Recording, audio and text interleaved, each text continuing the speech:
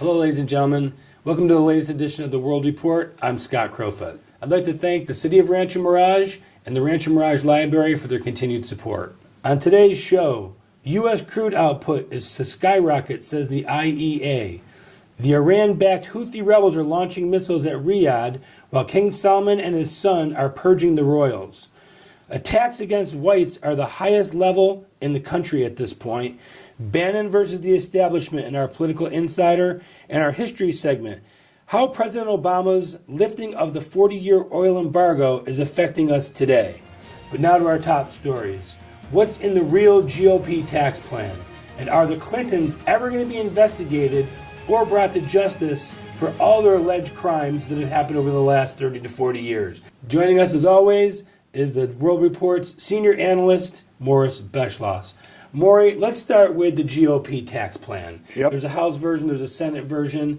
Both seem to be a little bit murky to me. They're talking about a 46% tax bracket after your first $1 million. I don't know if that's going to stick or not stick. They're talking about maybe taking out the Obamacare mandate, which would be very beneficial to Americans. What are you hearing from your sources, and where do you think we're at with this right now? I think the Senate is going to be the powerful winner in this game.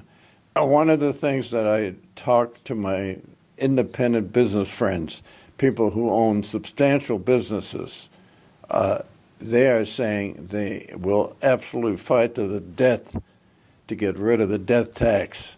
The death tax is what you pay. If you own a company that's doing $100 million a year and you own it personally, or your family owns it, and suddenly the family dies, or the ownership dies, they have to pay the taxes again. They've been paying taxes all the time to get the money in the first place, and the death tax means that all the money that you accumulated and accrued, you now have to pay another tax. And how about the corporate tax rate of 35%, which is what has forced a lot of companies to go to Ireland and Mexico and China? Oh, it's deliberate. You see, the conglomerates wanted that. The conglomerates don't care where they make it, as long as they can report every quarter a substantial increase in the money that they make. So consequently, the big corporations like the idea of going overseas. For instance, like China, Mexico, Taiwan, Mexico, Germany, East Asia was a big one. You remember that East? You could almost go anywhere else in the world and get a better deal than you would get here in the United States. Well, first of all, the basic labor costs, and then the basic taxes that the corporation had to pay. 35% was the highest in the world. Right.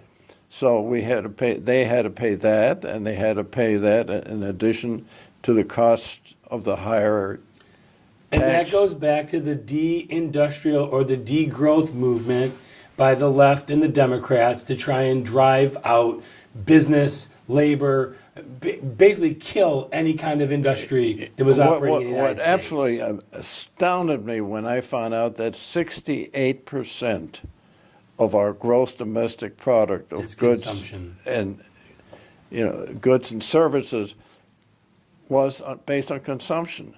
That means that in this country, less and less people were working in factories, and more people were overseas shipping it here, and that some of the deals we made were ridiculous.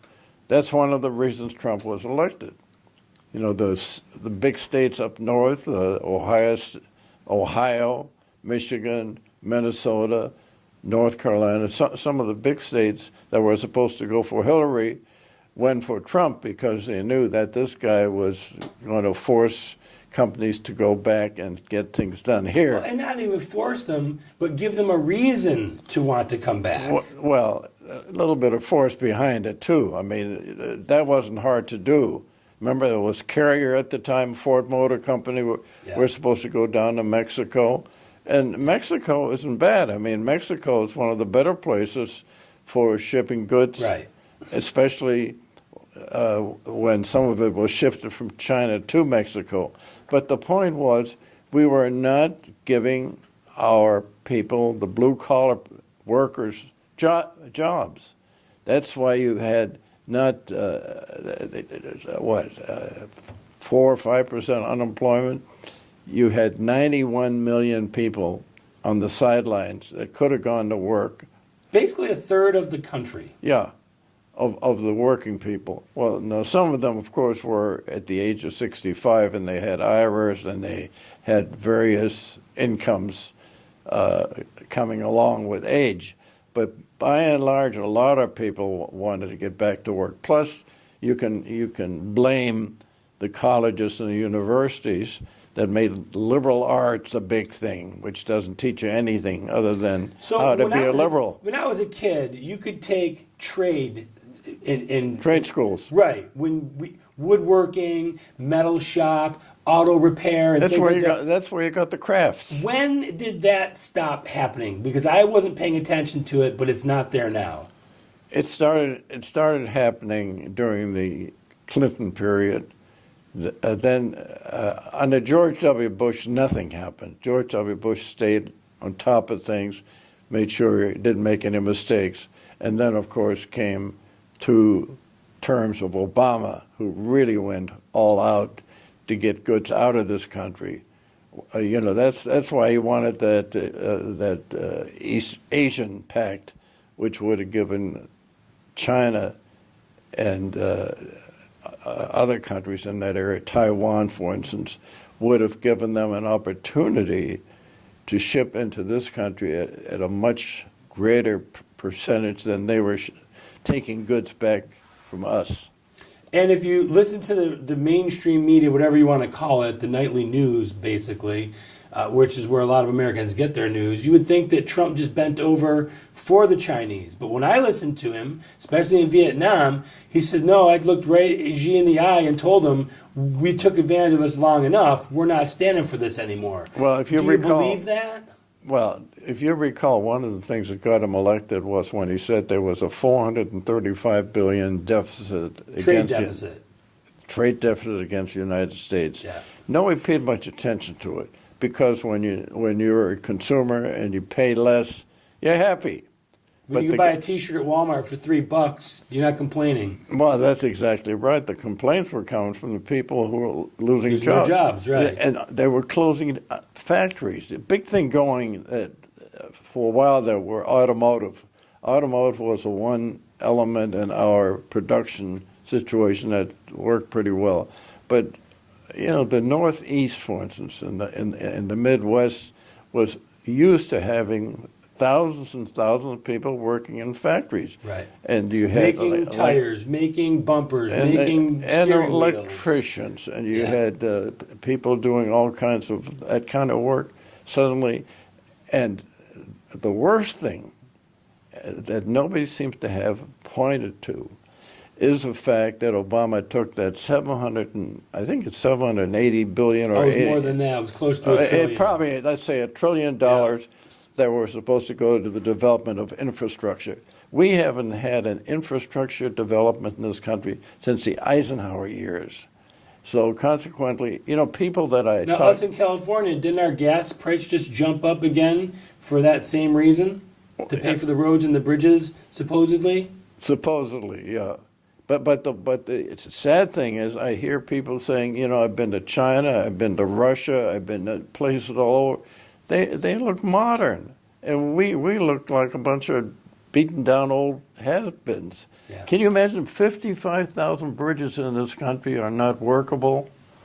Dams are not in good shape. Well, you drive down the highway and there's grass growing in between the cracks. Yeah. They haven't been attended to in decades. For a country that's supposed to be the number one production country in the world is now by far the largest consumption country, but our production stinks. So the tax situation, a lot of people are complaining about taking away the deduction from local and state taxes. So if you are in a high tax state like we are, California, New Jersey, New York, Illinois, you're actually going to be hurt by that. I don't know that a lot of Americans understand that completely. No, because one of the big advantages of using high taxes as part of the deduction, state taxes, that would go the other way. That would be gone. So we would still be paying high taxes for the state. And Why can't they just drop taxes for everybody and just have the government do it a little bit less? Is that too simple of an idea? It's interesting you bring that up. And one of the columns that I've written is the fact that we're in a position right now where we can put people to work very easily if we decided that we were going to do it here in the United States. We got good people, smart people. You know, what most people don't realize, we now have 330 million people in this country. Do you know that's double what we had in 1960? Yeah. And it's amazing. Part of that, of course, is a very easy incoming policy that we have for people who want to come into this country.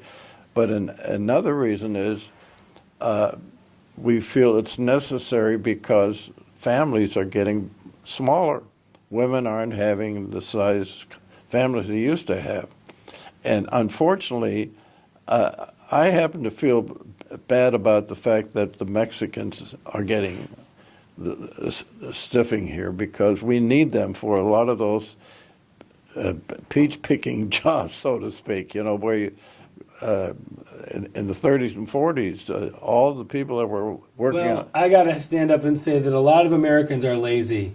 A lot of the kids that I know are just sitting at home playing video games in mom's basement, and they should be out working. They should be picking grapes. They should be digging ditches. Oh, no, they're not going to take it. Those are not... they was told in the liberal arts, you're not supposed to do those kind of jobs. Right, no, you're supposed to be a writer. Yeah. Just write blogs about except crickets or something. The trouble is they don't know how to write to begin with. Yeah.